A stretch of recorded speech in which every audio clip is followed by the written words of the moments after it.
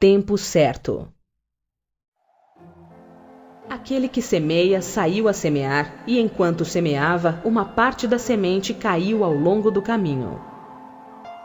Mas aquele que recebe a semente numa boa terra é aquele que escuta a palavra, que lhe presta atenção e que dá fruto, e rende 100, ou 60, ou 30 por 1.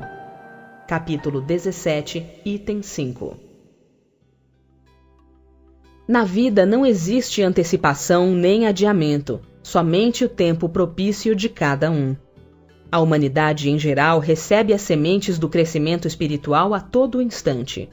Constantemente, a organização divina emite ideias de progresso e desenvolvimento, devendo cada indivíduo absorver a sementeira de acordo com suas possibilidades e habilidades existenciais. A natureza nos presenteia com uma diversidade incontável de flores que nos encantam e fascinam. Certamente não as depreciaríamos apenas por achar que vários botões já deveriam ter desabrochado dentro de um prazo determinado por nós. Nem as repreenderíamos por suas tonalidades não serem todas iguais, conforme nossa maneira de ver. Nem poderíamos sequer compará-las com outras flores de diferentes jardins, por estarem ou não mais viçosas. Deixemos que elas possam germinar, crescer e florir, segundo sua natureza e seu próprio ritmo espontâneo. Isso será sempre mais óbvio. Parece racional que ofereçamos a quem amamos o mesmo consentimento, porque cada ser tem seu próprio marco individual nas estradas da vida, e não nos é permitido violentar sua maneira de entender, comparando-o com outros ou forçando-o com nossa impaciência para que cresçam e evoluam como nós acharíamos que deveria ser. Cada um de nós possui diferenças exteriores, tanto no aspecto físico como na forma de se vestir, de sorrir, de falar, de olhar ou de se expressar. Por que então haveríamos de florescer a toque de caixa? Nossa ansiedade não faz com que as árvores deem frutos instantâneos, nem faz com que as roseiras floresçam mais céleres. Respeitemos, pois, as possibilidades e as limitações de cada indivíduo. Jesus, por compreender a imensa multiformidade evolucional dos homens, exemplificou nessa parábola a dissemelhança das criaturas, comparando-as aos diversos terrenos nos quais as sementes da vida foram semeadas. As que caíram ao longo do caminho e os pássaros as comeram, representam as pessoas de mentalidade bloqueada e restringida, que recusam todas as possibilidades de conhecimento que as conteste, ou mesmo qualquer forma que venha modificar sua vida ou interferir em seus horizontes existenciais. São seres de compreensão e aceitação diminuta ou quase nula. São comparáveis aos atalhos endurecidos e macerados pela ação do tempo. Outras sementes caíram em lugares pedregosos onde não havia muita terra, mas logo brotaram. Ao surgir o sol, queimaram-se porque a terra era escassa e suas raízes não eram suficientemente profundas. Foram logo ressecadas porque não suportaram o calor da prova, e por serem qualificadas como pessoas de convicção flutuante, torraram rapidamente seus projetos e intenções. Nossas bases psicológicas foram recolhidas nas experiências do ontem. São raízes do passado que nos dão manutenção no presente para ir adiante nos processos de iluminação interior. Quando os caules não são suficientemente profundos e vetustos, há bloqueios tanto em nossa consciência intelectual como na emocional. Um mecanismo opera de forma a assimilar somente o que se pode digerir daquela informação ou ensinamento recebido.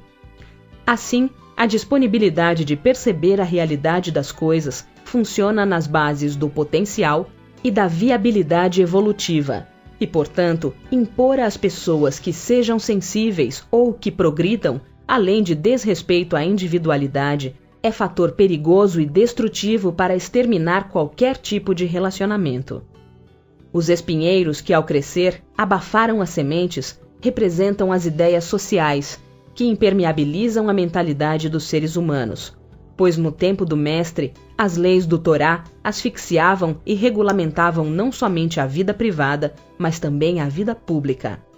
Os indivíduos que não pensam por si mesmos acabaram caindo nos domínios das normas e regras, sem poder erguer em demasia a sua mente, restrita pelas ideias vigentes, o que os sentencia a viver numa frustração grupal, visto que seu grau de raciocínio não pode ultrapassar os níveis permitidos pela comunidade.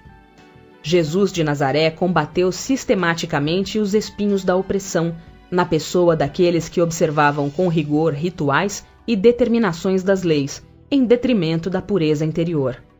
Dessa forma, ele desqualificou todo o espírito de casta entre as criaturas de sua época. As demais sementes, no entanto, caíram em boa terra e deram frutos abundantes. O que é um solo fértil? Nossos patrimônios de entendimento, de compreensão e de discernimento não ocorrem por acaso, porquanto nenhum aprendizado nos envolverá profundamente se não estivermos dotados de competência e habilidades propiciadoras. A boa absorção, ou abertura de consciência, acontece somente no momento em que não nos prendemos na forma. Aprofundarmos-nos no conceito real quer dizer: quem não quebra a noz, só lhe vê a casca. Mas, para quebrar a noz, é preciso senso e noção, base e atributos que requerem tempo para se desenvolverem convenientemente. A consciência da criatura, para que seja receptiva, precisa estar munida de despertamento natural e amadurecimento psicológico. Reforçando a ideia, examinemos o texto do apóstolo Marcos, onde encontramos: porque a terra por si mesma frutifica, primeiro a erva, depois a espiga e, por último, o grão cheio na espiga. Nota de rodapé.